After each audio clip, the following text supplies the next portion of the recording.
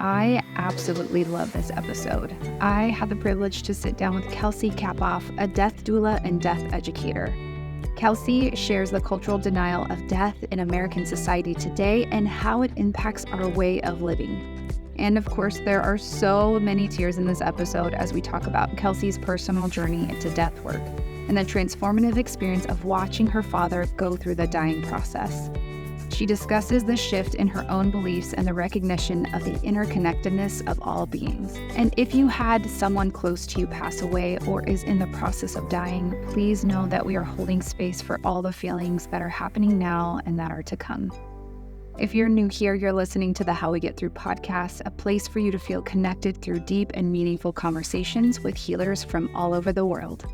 I'm your host, Jen, a licensed therapist and founder and CEO of the How We Get Through app, and my mission is to bring you affordable and diverse therapy resources to help you get through the hard stuff, all in one place and at your own pace.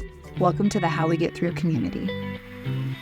Hello, and welcome back to the How We Get Through podcast. You guys, today is a beautiful episode. I can already feel it. We have Kesley Kappauff, a death doula and death educator. Welcome to the show, Kelsey.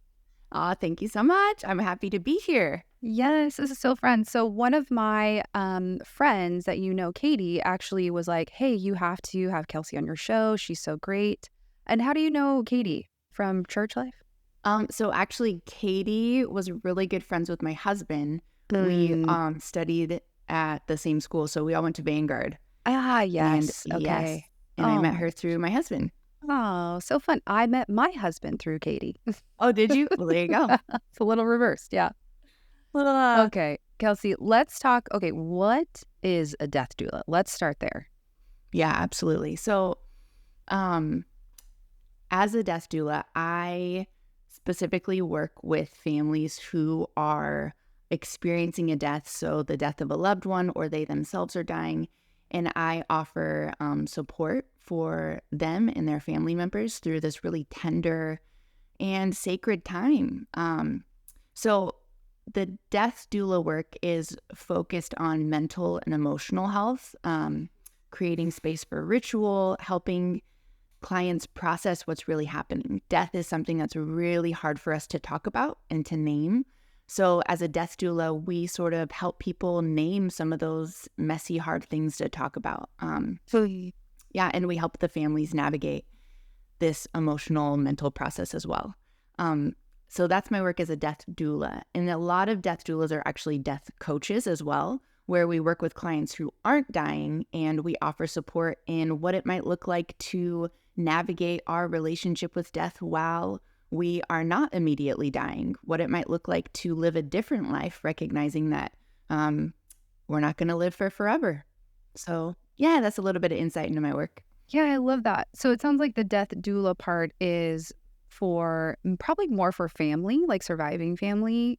It is, yes, but I would say that it's really powerful for the client as well, because a lot of times we don't want to burden our families with our fears and our concerns about, the whole process of what it looks like to let go, right? And to release our bodies and to finally physically die.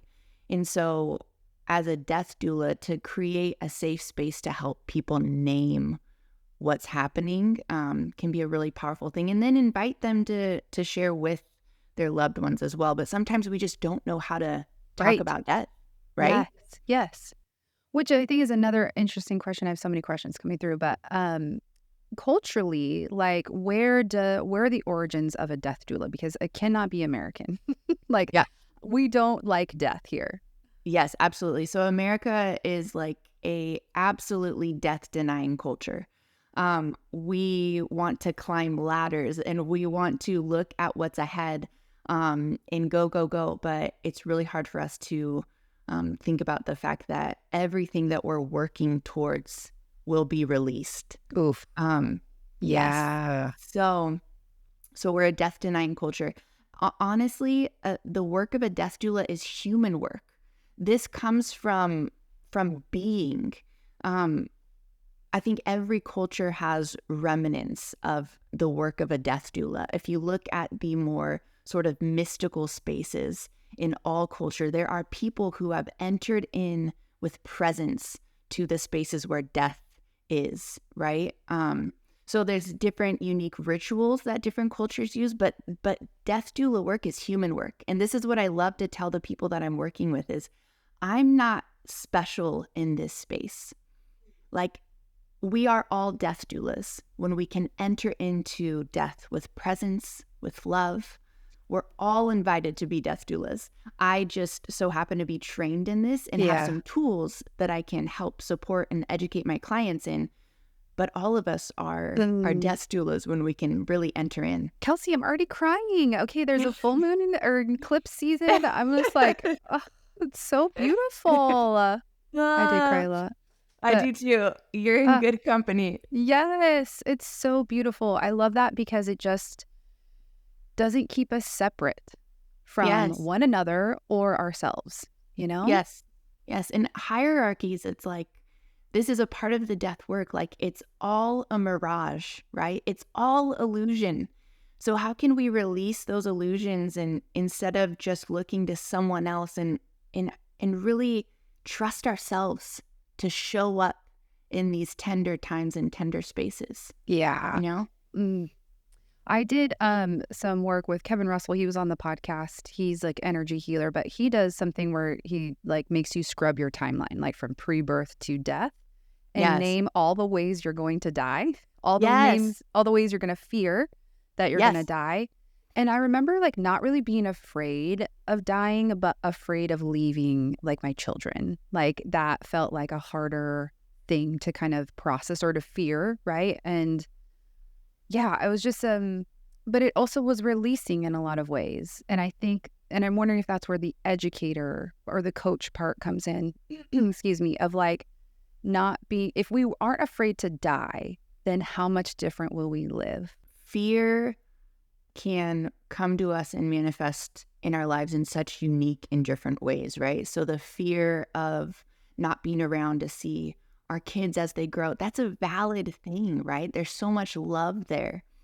But the work that you did with your friend that you're naming and the work that I do with clients isn't about belittling our fear, right? It's not about saying like, you shouldn't be afraid of dying. All of us have these fears, right? It's about sitting with them, examining them, taking time to give them a voice so that we can try to understand why they're there. All fear is a warning sign, right? Like it's there to try to help protect us. But sometimes, you know, when we sit with it, we can see that maybe what I think my fear is actually a little bit different. So how can I examine that and learn from my fear a little bit more? And there's something about giving voice to our fear that almost has the power to release us from its power.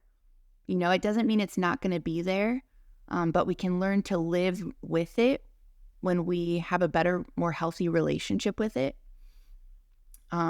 versus living under it. Yeah. If that makes sense. Yeah, like accepting it, embracing it, leaning into it, rather than having it be shoved in a dark corner or, you know, like in a dark room where we can't open the door. It's like shame, kind of like. Oh, 100%. Yeah, absolutely. Sometimes we can magnify it. We can think it's a lot scarier than it really is, you know? Yeah. And how do you think, so I kind of want to go back to culture a little bit. Like, how do you think American view of dying impacts our way of living? Like, so there's the ladder, there's the climbing. Do you feel like there's just more fear of death, or like, what do you think the impact is on us when we kind of have this denial of death or this big fear of death? It hugely impacts us. There's a couple things that come to my mind. Being a consumer-based country as well tells us that we need more and more and more. We need to look better. We need to be better. We need to gain more things.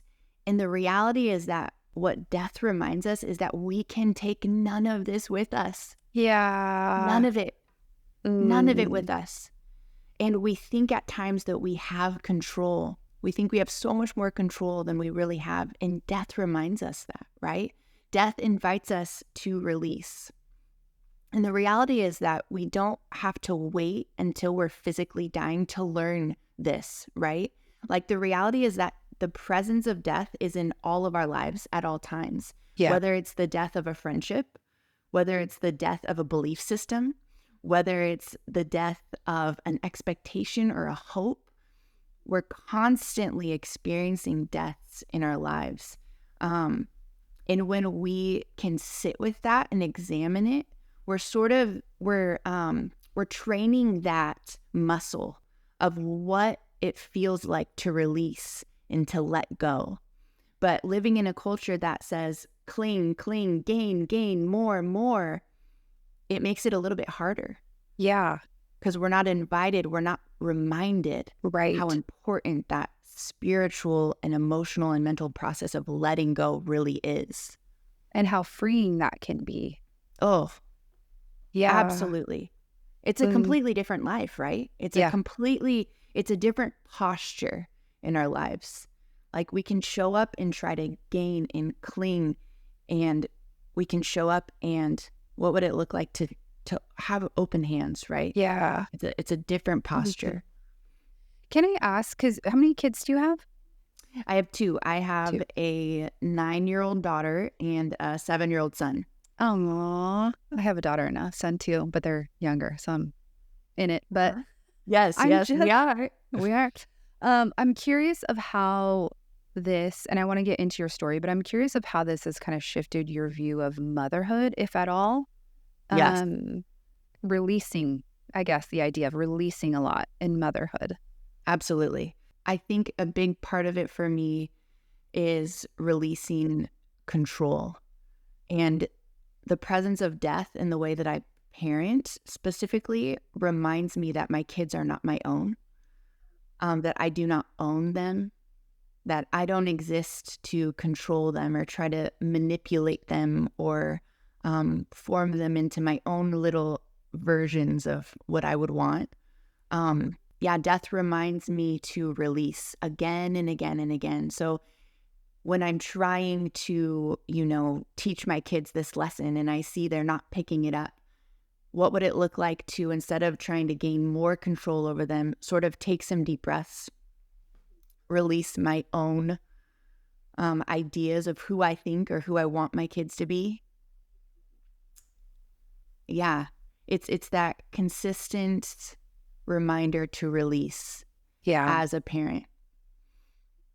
I love that. And I think I need that reminder right now because I believe that, but I think it gets caught up on the day to day. And when I lose my temper, it's when I feel out of control, like hands down. And I'm like, you're not doing something that I want you to, like, eat dinner, sit at the table. No, absolutely. Absolutely. And I love that you're laughing about this because great.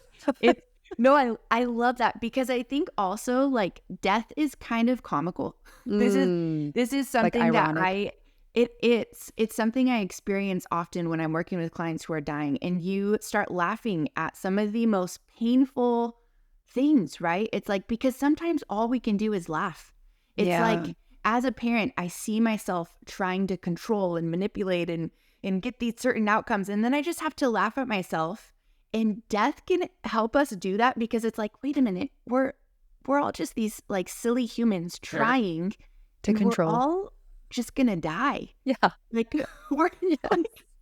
I'm putting so much pressure on this one little thing I want my kids to do. And wait a minute, in light of death, this seems kind of silly. Yeah, none of it matters.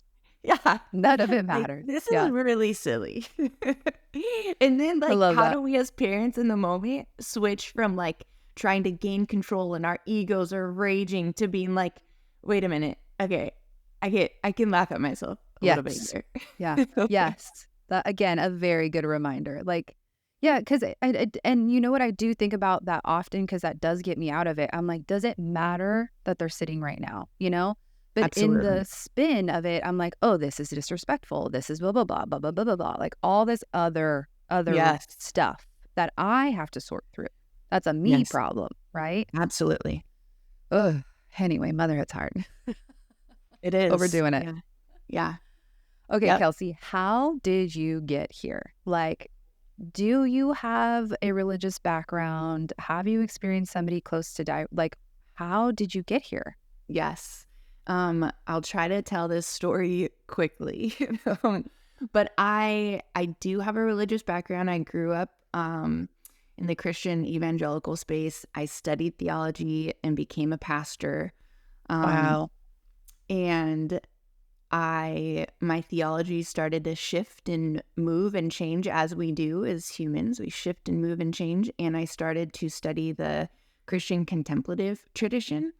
And in that, the people that I were studying under talked a lot about this path of dying before we die. So what does it look like to die before we die? What does it look like to allow the ego to die, and to really live in light of death? So I already was studying this, and then my dad, while I was in this contemplative school, was diagnosed with stage 4 cancer. Oh. And so I was studying dying before we die, watching my dad physically die, and my God. everything for me changed. Who I am completely shattered. What I believe shattered. How I show up in the world shattered. And yeah, and I think sitting with my dad and watching him go through this very spiritual, very physical process of dying, and seeing the depth in everything that was happening invited me to shift my views around death and really sit with the sacred nature of death. And so after that whole process, I went back to school and studied with the Contemplative Dying, with the Conscious Dying Institute. Where's that? It's just an online program, the Okay. Conscious Dying Institute, and it is, I worked with teachers who've been around death for so many years, hospice workers and death doulas, and it taught me a lot, and I highly encourage this program for those who are interested in becoming a death doula. Yeah. But yeah, that's just a little bit of insight into how I Wow. got into the work. How old were you at the time? I'm crying already again. So Yes. Yes. Yeah, I'm right there with you. I was 30 years old when my dad was diagnosed with cancer. And how long was his battle with that? So it was only 6 months. Wow. Yeah. And did they give that timeline, or they usually don't give like a specific timeline. So they had told us it was stage 4 and that they didn't know how much time he had, but they didn't think that it was much. okay? Yeah, so we had 6 months. Which is that helpful? Like how do you process that? I mean, that is just so much to even. How do you cope with, I don't know how much time I have here or with this person? Totally. You don't. You float away. You float away into the pain, into the grief. My dad was the person in my life who often grounded me. And so losing him was like losing my grounding. And I named that I floated away because it really felt like that. It felt like I had nothing to stand on. And so that whole season, I just was floating. And that's why, Jen, everything changed for me, is because I learned to welcome mystery in a way that I never had to before. Because I knew nothing. Like everything I thought I knew was suddenly gone, and I was overwhelmed with this pain that as a human I had no idea existed. And I was crushed, and I didn't know if I'd make it. I didn't this pain of grief. It's unnameable. Wow. It's so beautiful and hard. And I don't even think those are the right words to do that. No, but they are. And I think the fact that you just named both is what's so important about this space is remembering that one doesn't belittle the other. But both right? exist. That both exist. And that even though, walking with my dad through his death was the most painful thing I've ever experienced. And I have the echoes of that pain in my body. That trauma lives in my body daily. I am very aware of that. Yet at the same time, there are moments in that process that shifted and expanded my heart and invited me to love in a way that I don't think would have been possible without that pain. Right? Yes. Yeah. The depth of the beauty that I experienced as I looked into my dad's eyes and he told me he loved me and that nothing, not even his death, would separate me from him when he was gone, as he was dying. Like, that shattered and expanded my heart. So it was both. Yeah. Shattering, terrible pain, yet this love that just, oh my gosh, I'm different. Yeah. Which we kind of talk about a lot here is this like fear and love or pain and love like coexist for each other. And what I'm hearing you say is the depth that pain brought me was the depth that I got to go further in love. Yes. And what a painful, beautiful experience that you didn't know, you couldn't predict would be there for you at that time or if ever. Yes, because absolutely. You don't know what it is until you feel it. Yeah. Was your dad really Christian, and did his beliefs start to shift around death that also kind of broke things open for you, or? Yeah. My dad and I had our own language. We had when you sit with somebody and you're like, oh my gosh, you're speaking my language. Like it feels like there's just this deep resonance. And so when we would talk about spirituality and God, we would just sort of flow together. And so our conversations really evolved together, I would say. And I think they started off with trying to find answers, and they ended with recognizing that we don't have any, that we believe, at the end, it was like this conversation around, gosh, we believe in love. We believe that, we cannot be separated from one another. We believe that there is this this mystery that holds us. And I think a lot of the process was learning to be okay with not knowing exactly what happens after we die. And all of us have these different beliefs, right? We have different beliefs, but having not died, we just don't know. Yeah. And so there's this level of surrender. And I think that's what a lot of us are afraid of, right? Is death is the ultimate unknown. And instead of trying to figure it out and gain concrete answers, I think a lot of the process is releasing into the unknown. And did you see him? What's his name? Steve. Steve. Oh, yes. Steve. Did you feel like at the end he really could release at the end? Like, did you see that kind of transformation? I think it sounds like you guys were mirroring each other a lot. I think in the death space, we're often reminded that as humans, we are living contradictions. Like, there were moments of deep resonance with him and the spirit of love, where he was just like, oh, welcome, welcome, death. Welcome, mystery. And he was like glowing, right? Yeah. And I felt that in his body, that he was just free. Wow. And then the next day he would wake up as a human does. Be like, what the hell? And he would cry. Yeah. And he would weep. And he would say, I don't want to miss out on my grandkids' lives. Yeah. I want to see them grow old. I want to see them get married.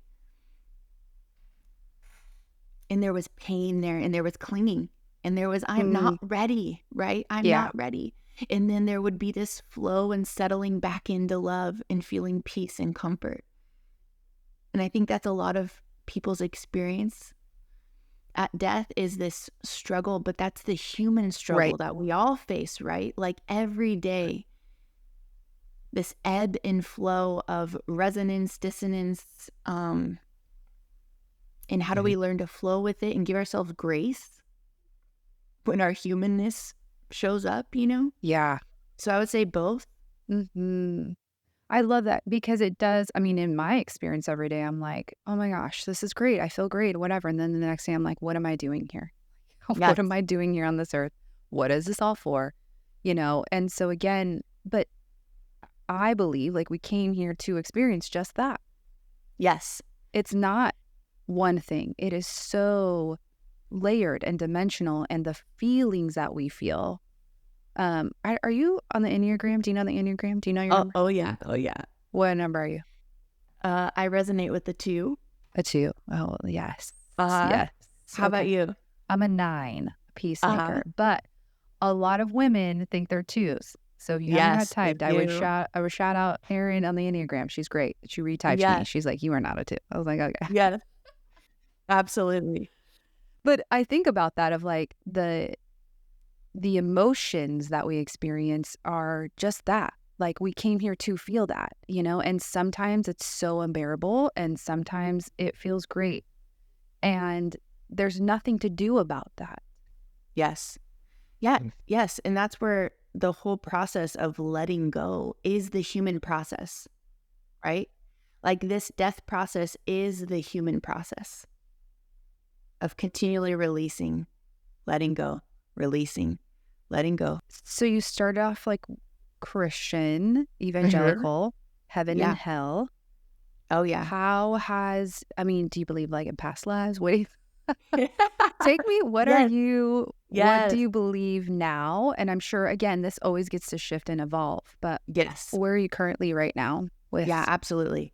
I have friends who are all over the place as far as religious beliefs and faith, and Hindu friends, Buddhist friends, and agnostic, atheist friends. And when we get together, a lot of them, these people I'm specifically naming, err on the more mystical side, right?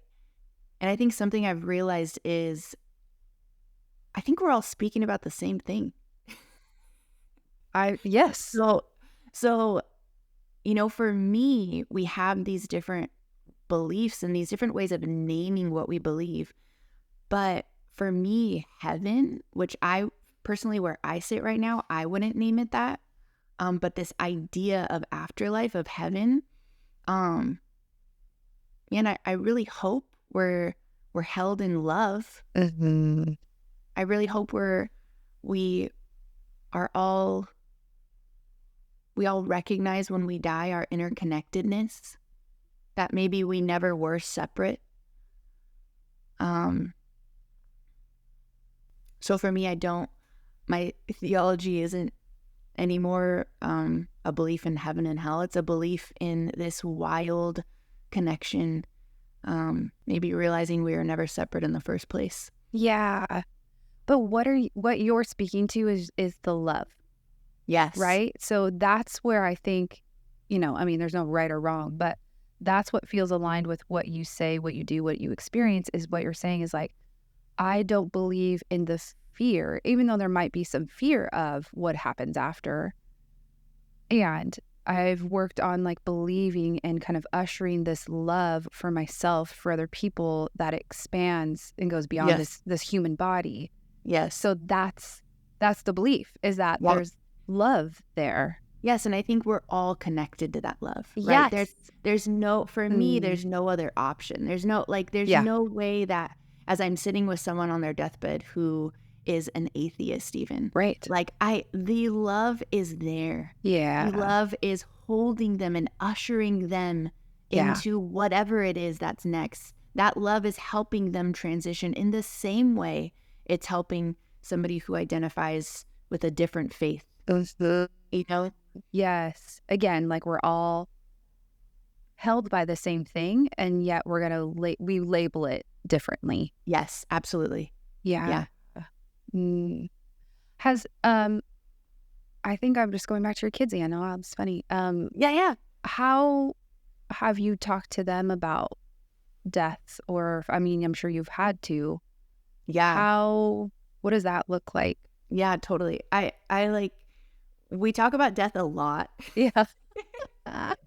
Like literally yesterday, the kids were talking about death and just like, yeah, like we're all gonna die, and it's such a normal part of conversations in our family now. Like my daughter wants to be, and I encourage families to normalize talking about death. It kind of takes the fear a little bit out of it, even though fear, I'm sure, can still show up in different ways. But it's not some hidden thing in the closet, right? Yeah. Right. So like yesterday, my daughter was saying, like, remember, I want to be scattered with the sloths in Costa Rica. That's where I want my ashes. Like, it's such a normal part of our conversation. So I love that.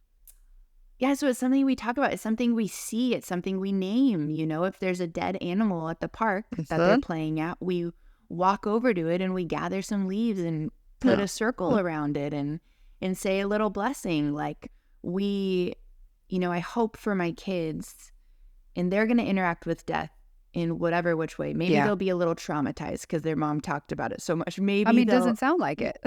But I'm open to however they sort of evolve and interact with it. But I think giving them opportunities to sit with both the pain, right? And they will name their grief to me. They loved their grandpa. They were really, really close with him. And like Oliver, my son, had this really special connection with him. And he'll just sometimes say like, I really miss grandpa. I love grandpa.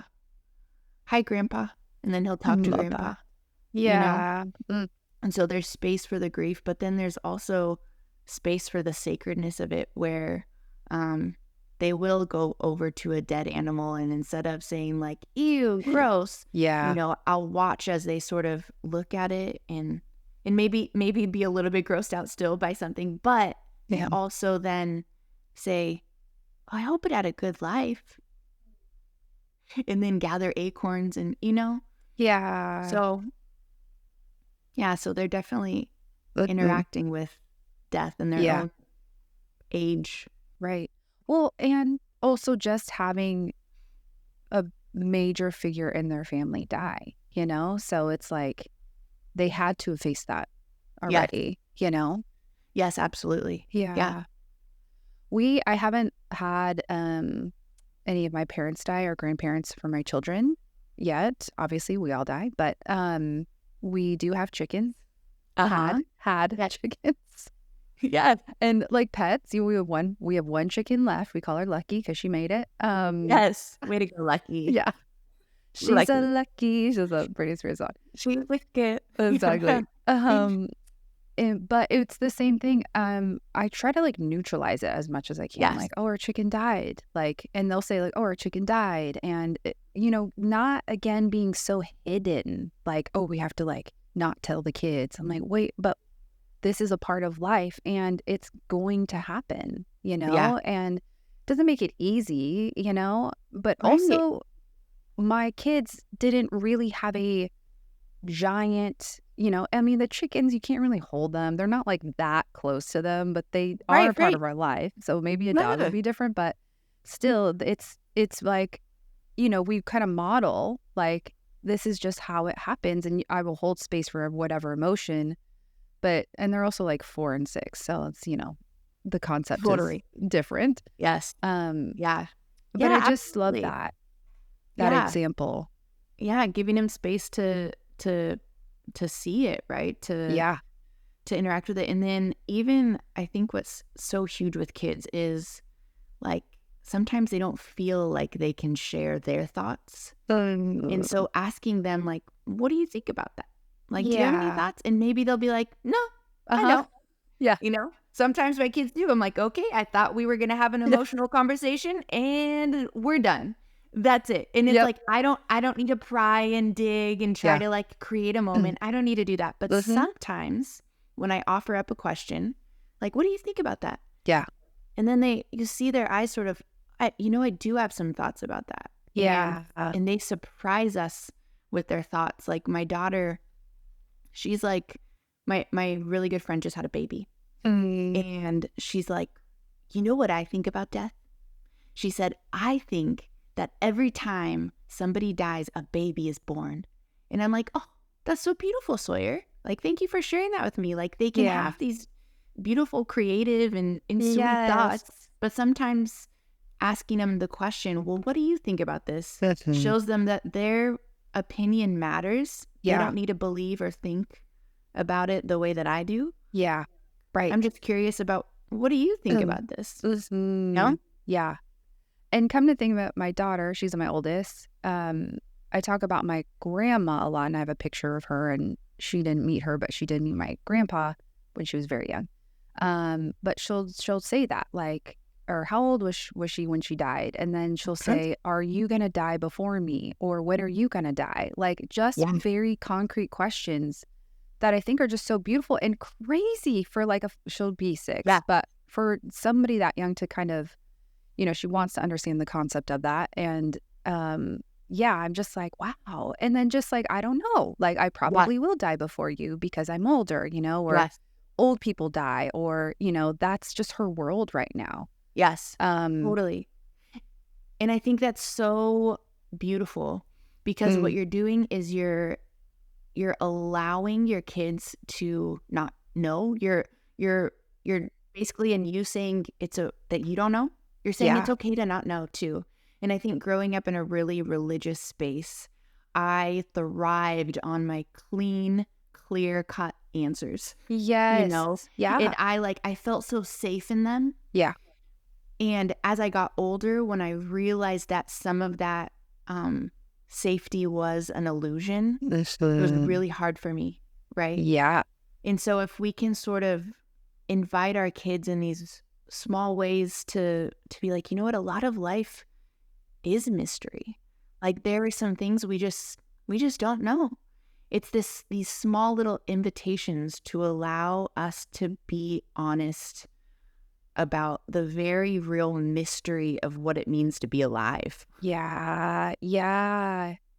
I love that experience you're bringing up because I don't have a strong Christian background, but I went to private school my whole life.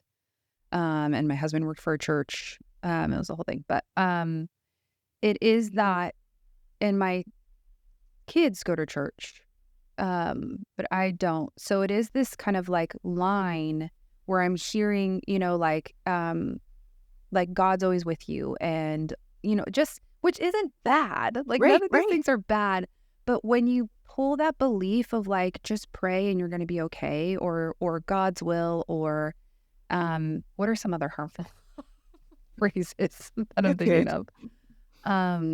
I mean, I think in the death space, everything happens for a reason. Yeah. Right? Yes. I hear that a lot. Which I have said. Yeah, totally. I have too. Yeah. Everything happens for a reason. Yeah. Which is so painful to say to someone who is experiencing that. Yeah. Yeah, it is. Yeah. But it's that like a parachute, or not, it's not parachute. It's that like catch, like this net that you believed was always there. And then you experience something in life that's hard and difficult. And you're like, wait, where was God? Or where was this thing? Because it's almost like this veil of protection. Yeah. Which again can be a really beautiful thing, but it's like if you lean all of that into this veil of protection and then life happens, it is terrifying. It is like destroys everything. It is like makes you stop and question, like, what, this wasn't supposed to happen. I think growing up with those sort of like safe boxes sort of induces, though, the idea that mystery is scary. Like I wonder, growing up where maybe there's freedom to not know, maybe it's not as scary, Yeah. I mean, embracing when you say like mystery or mystical, like that sounds fun, not like the terrible black unknown. Like Yeah. even just reframing that, like there's a lot of beautiful and maybe scary unknowns that Yes. you can't sit here and start to predict. Like you can't, and that's anxiety, right? You Yes. try to predict the future, like this bad thing's going to happen or whatever it is.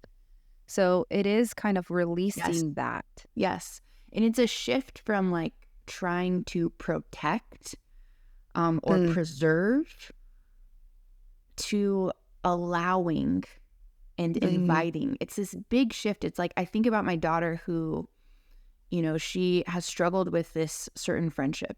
And she's like, what if my friend rejects me? What if my friend doesn't want to be friends with me anymore? And I think, if this were like a decade ago, or I don't know, years ago, before my sort of journey, I might have been like, don't worry about it. Like, you're going to be okay. It's going to be okay. And now my response is just so different. Right. I'm like, Sawyer, that might happen, sweetie. Yeah. Like, your friendship might shift. You might, and I wouldn't say this, I wouldn't say it to her like this, but, your friendship might die. Yeah. That might happen. Right? So what do we do with that? We sit with one another in it. We don't always have to fix everything, right? We sit with one another, and I say, gosh, that's really hard, Sawyer. That's really hard. And I've been there. Oh my gosh, I've felt that before, and it's scary. It's scary, Yeah. But you know what? I trust that even if this friendship shifts, even if you're not friends with this person for forever, I trust that it's also going to be okay in some ways, right? Maybe in some ways it won't, and that'll be really hard, but it's also going to be okay in other ways. And I don't know if this is true from your experience, but even about what she said about death and birth, when you release something, you gain something. Yes. When you let go. Yes. Yeah. Yes. But I think it's hard. Yes. But I think it's hard in like putting that the death of a person. I'm releasing this person. What am I really receiving? No, this is so huge. And this is such an important part of like work in the death space is remembering that when there is death, there is surely new life. Right. And it doesn't, again, we have to be really careful because this isn't like, oh, don't worry. Right. There's going to be new life. It's like, no, death is fucking hard. Yeah. Like, get ready. You're going to get a freaking new life. Like, yeah. Like it is going to be brutal and it is painful. Okay. And it doesn't make it okay. This is the thing. Like it's so important to name this, Jen, because I would sacrifice all of my learnings and all the beauty of this new path in my life for one more moment with my dad. Yeah. It's not worth it. It's not about that. It's not like, oh, all this pain has been worth it because it's been, no. Yeah. Yeah. It just is, right? So it doesn't belittle the pain. Yeah. Yet, in death, there is new life. Yet, I have changed. Right? Yes. It doesn't necessarily make it worth it. Yeah. Yet both exist. Yeah. It's not a trade-off. Yes, exactly. Even just the word doula is in birth and in death, this ushering in and this ushering out. Yeah. And it's kind of like what I think of is I had a client I was working with, and I was sitting with her and just she was entering into active death, and her breath was changing, and the body goes through this very hard yet beautiful process as it's actually physically dying. So her breath had shifted, her blood pressure was dropping, her skin was getting cold, and we knew what was happening.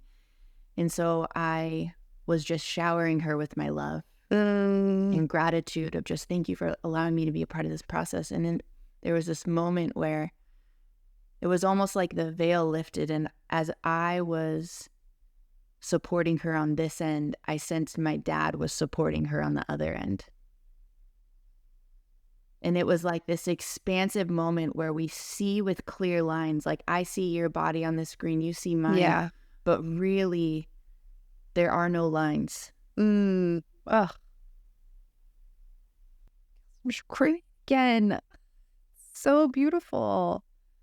It is, again, like what I said from the beginning, full circle. It's like there's not a apartness, right? Yeah. There is a within, there's a togetherness, there's a allness there. Yes, there is. And that's what death reminds us. Like, no matter, it's like, gosh, no matter what our status is, no matter how much money we have, no matter what we look like, no matter what, like, we are all going to end up back in the ground, back with the dirt. Yeah, all in the same place. We start at the same place. We end at the same place. Yeah. Okay, Kelsey, I can keep talking to you for hours and keep crying. It's just, I love it. So beautiful. Okay, wait, I have like a couple more questions. Yes. That I want to know just what you think about. Mm-hmm. Okay. Number one, do you believe in past lives? I feel like my honest answer is that I am very open to that. I wouldn't necessarily say like I have a strong belief that we have past lives, but I wouldn't be surprised if we do. Yeah. Like you and Steve in a past life. Best buds. Right. Totally. Yeah. Like, yeah, why not? Right? Why not? Like, yes. So that my answer is why not? I don't have a strong yes, it's not like, yeah. And right, I but did this. But why not? Yeah. Expansive, right? We know nothing. Yeah. Okay, number two, do you believe that, and this might be a why not too, but that you come back? I guess the same thing as past lives. Like if you die, then you'll come back as someone else. I think it is the same. I think it's the why not. Like what? Yes, why not? My daughter would be like, absolutely. No. Yes, we do. And she would say in her past life, she was a bird. Genuinely, she is like, I was a bird. I know it. She knows it in her bones. She was like, I know that I used to fly. And she'll say that. She's like, Mommy, I used to fly. I know it. Wow. And you're like, yes. So that, maybe, why not? Why not? Yes. Okay. Yeah. And then for having a death doula, so it's good for like I don't know the right people, but like terminal people that have terminal diseases or for them and their family, and for people that maybe are afraid, like deathly afraid of death too, like that need. I've worked with clients who have like a deep fear of death. Yes, but this death work is for everyone, for everyone and anyone. The doula piece is specifically for people who have a terminal illness. They could be anywhere in the journey, so they could be like a year or however many months out, or they could be very close. A death doula just offers support and tools to help them and the family mentally and emotionally and spiritually process by offering rituals. A death coach is for anyone and everyone interested in sort of contemplating their life. Like, what might it look like to look at my relationships through the lens of death? How might I act differently with other people through the lens of death? How might I view the world so mentally differently through the lens of death? How might I take care of my body differently through the lens of death? So really the coaching work is just using death as a tool to re-examine and reframe how we live our lives. Yeah. Have you like really accepted, as you've accepted death, have you been like, okay, I'm like, fuck it, I'm gonna like do whatever I want? Like, is there have you had that point of like, I'm just gonna? I think yes and no, right? Yeah. Like I had like a funny moment where I like a big part of my work is welcoming aging, right? Like aging as it's a privilege. Yes. It's like welcoming aging. So, but I had such a funny moment because I'm like, I started on my TikTok journey, which I'm having a lot of fun with. And there's a like face taping is a thing. Oh yeah. And so I like got some tape And The one that goes around your head. No, it's just like you put tape on like your, I don't know. Frownies. Yes, like that. Yeah. So I tried this literally yesterday. This is me. And I like got this tape and I put it on my face. And then I'm like laughing at what a contradiction I am myself. Because I'm like, I'm welcoming myself and others to this work of like accepting aging. Yet at the same time, I'm like, what am I doing over here? Like tape in my face. Like, look at these cute little wrinkles. Like, what am I doing to you guys?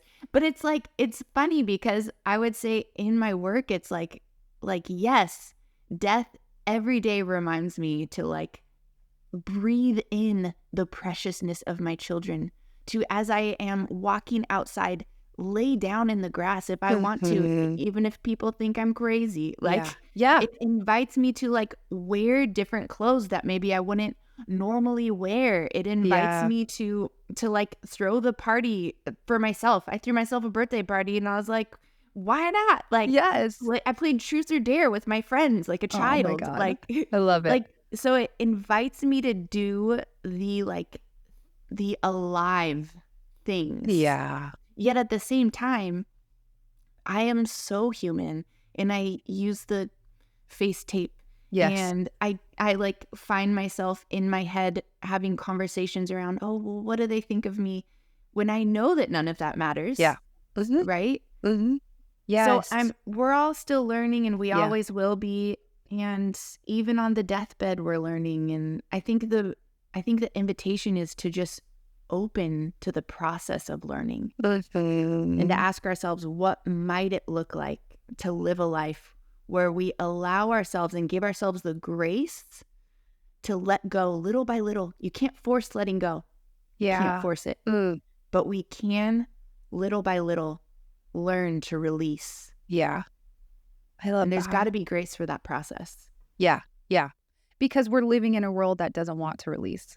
So it's like having to really kind of keep grounding yourself into that, keep reminding yourself into that. And that's what it is. It's like that continual grounding. It is remembering. It's an act of remembering. Kelsey, thank you so much. We've never met, and I'm just like, just tell me everything. I just want to like be in your energy. So I want you to hold me. Yeah, I want to be in your energy. I feel like we could talk for forever. I know. It's so good.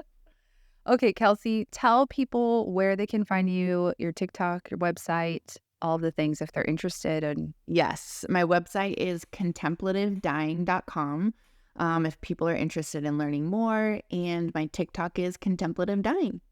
Love it. Okay, and we'll put that all in the show notes as well, so you guys can click there.